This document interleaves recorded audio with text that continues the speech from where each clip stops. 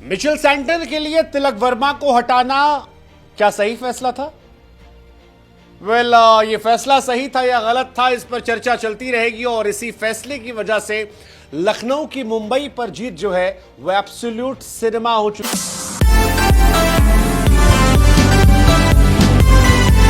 Mitchell Santner के लिए तिलक वर्मा को हटाना क्या सही फैसला था?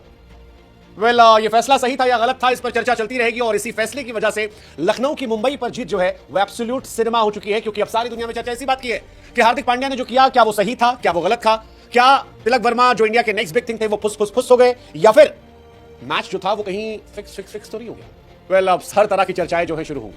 लखनऊ के गेंदबाजों की तारीफ से कहीं ज्यादा चर्चा मुंबई की बल्लेबाजी की होगी। लेकिन कहानी यही रहेगी कि लखनऊ 203 बनाती है और मुंबई जीत के करीब पहुंचकर भी हार जाती है। इतिहास याद रखेगा कि लखनऊ ने मैच को 12 रनों से जीत लिया था। मुंबई के फैंस से कहते रहेंगे कि भाई साहब आज के मैच में कुछ तो गड़बड़ झाला था, क्योंकि एक दिन पहले रोहित शर्मा का स्टेटमेंट आता है कि मैंने सब कुछ कर लिया, अब मैं कुछ नहीं करने वाला। रोहित शर्मा टीम में नजर नहीं आते। फिर मुंबई के ओपनर से लेकर प्लेयर जो है अजीबोगरीब खेलते हैं, समझ ही नहीं आता कि कैसी मुंबई इंडियंस है। लेकिन आखिरी के 2 ओवर में जो हुआ वो एब्सोल्यूट सिनेमा था। 2 ओवर सिर्फ 29 रन चाहिए होते हैं, लेकिन उस 29 रनों में अजब गजब ड्रामा होता है। मतलब वो सब कुछ होता है जिसे देखकर हमारी जुबान से ये निकलता है कि ये क्यों था, किस लिए था, और क्या ये वाकई करना जरूरी था, इसको करके हासिल क्या हुआ। शार्दुल ठाकुर गेंदबाजी करने आते हैं, 2 ओवर 29 रन चाहिए होते हैं। नमन धीर और सूर्य कुमार यादव ने मैच बना दिया था। 2 ओवर में 29 टी20 क्रिकेट के हिसाब से बहुत बड़े नहीं होते हैं। पहली बॉल पर सिंगल, दूसरी पे सिंगल, तीसरी पे सिंगल, चौथी पे सिंगल, पांचवी पे सिंगल। लेकिन पांचवी पर सिंगल लेते ही तिलक वर्मा को रिटायर कर दिया था।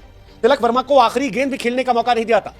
हैरानी होती कि तिलक वर्मा जो स्ट्राइक पर थे, क्या वो लास्ट बॉल भी नहीं खेल सकते थे? क्या रिटायर करना जरूरी था? और रिटायर किया भी किससे गया? मिचेल सैंटनर से।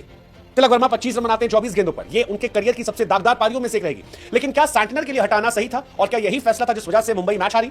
एनीथिंग कैन हैपन, क्योंकि सैंटनर ने आकर भी कुछ उखाड़ा नहीं। वैसे भी सैंटनर बॉलर है, क्या वो कुछ कर सकते थे, या तिलक वर्मा शायद कुछ कर सकते थे? इस अगर मगर के बीच में ये पोस्ट मैच हमेशा से रहेगा और इसीलिए चर्चा जो है ये बढ़ेगी। हालांकि तिलक वर्मा उनके लिए बहुत घनघोर गजब बेइज्जती है, क्योंकि एक ऐसा खिलाड़ी जिसने इंटरनेशनल क्रिकेट में 35-40 गेंद में शतक लगाया हो, साउथ अफ्रीका के सरजमीन पर जाकर तहलका मचाया हो, वो आईपीएल के एक मैच में इंपैक्ट प्लेयर बनकर आता है और रिटायर करा दिया जाता है। आईपीएल में रिटायरमेंट बहुत नॉर्मल नहीं है, क्योंकि आज तक सिर्फ 4 खिलाड़ी रिटायर हुए।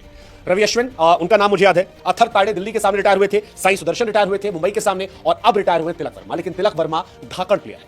क्या तिलक वर्मा जानबूझकर खेल रहे थे इसलिए रिटायर हो गए क्योंकि कुछ फिशी था? मैच फिक्सिंग हो सकता है। आईपीएल की हिस्ट्री रही है तो हमारे सोचने में कोई परहेज नहीं है। या तिलक वर्मा जेन्युइनली कोशिश कर रहे थे, दिन खराब था और हार्दिक पांड्या ने उन्हें बाहर कर दिया? हो सकता है। पिछले साल भी तिलक वर्मा को डांट पड़ी थी हार्दिक पांड्या से। मुंबई का जो 2 खेमा है उसमें एक खेमा रोहित शर्मा वाला तिलक वर्मा का है। बट फिर भी एक क्रिकेटिंग पॉइंट ऑफ व्यू पे अगर सब कुछ हटा दे तो तिलक को सैंटनर के लिए रिटायर करना मेरी समझ से परे। और it's a shame for Tilak Verma, it's a shame for India. क्योंकि जो खिलाड़ी इंडिया के लिए 3 नंबर पर खेलता है वो रिटायर हो जाता है, रन नहीं बना पाता। कई लोग कह रहे हैं कि तिलक वर्मा ने जानबूझकर ऐसा किया, कई कह रहे हैं कि हार्दिक ने सही मौके पर बदला ले लिया। जो भी रहा, but it was quite embarrassing for Tilak Varma, और ये बहुत बहुत बहुत दिनों तक ये चर्चा में रहेगा। सूर्य कुमार यादव के रिएक्शन बता रहे थे कि ये फैसला अजीबोगरीब था, समझ से परे था। जयवर्धने ने कान में क्या बोला किसी को पता नहीं, लेकिन हार्दिक ने आखिर में कहा कि ऐसा खेलेंगे तो क्या होगा। कुछ तो है, फिक्सिंग, कंट्रोवर्सी, टीम में आपस में लड़ाई, there something big going on in Mumbai Indians. और ये मुंबई इंडियंस के हार की वजह है, इस पर चर्चा होगी। तिलक वर्मा का लगातार ये दूसरा मैच है। गुजरात के सामने 197 चेस करना था 39 रन 36 गेंदों पर। इस बार 204 चेस करना था 25 रन 23 गेंदों पर। मुंबई का इंपैक्ट प्लेयर लखनऊ का इंपैक्ट प्लेयर क्यों बनने लगा? युवराज सिंह की पारी की याद आ गई आज से 11 साल पहले।